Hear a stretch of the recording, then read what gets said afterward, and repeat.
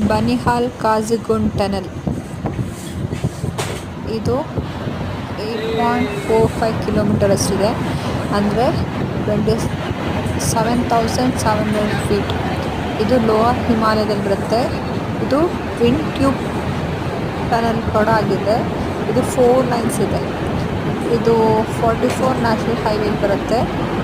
ಇದು union territory Jammu ಮತ್ತು ಕಾಶ್ಮೀರಕ್ಕೆ ಸೇರಿದೆ.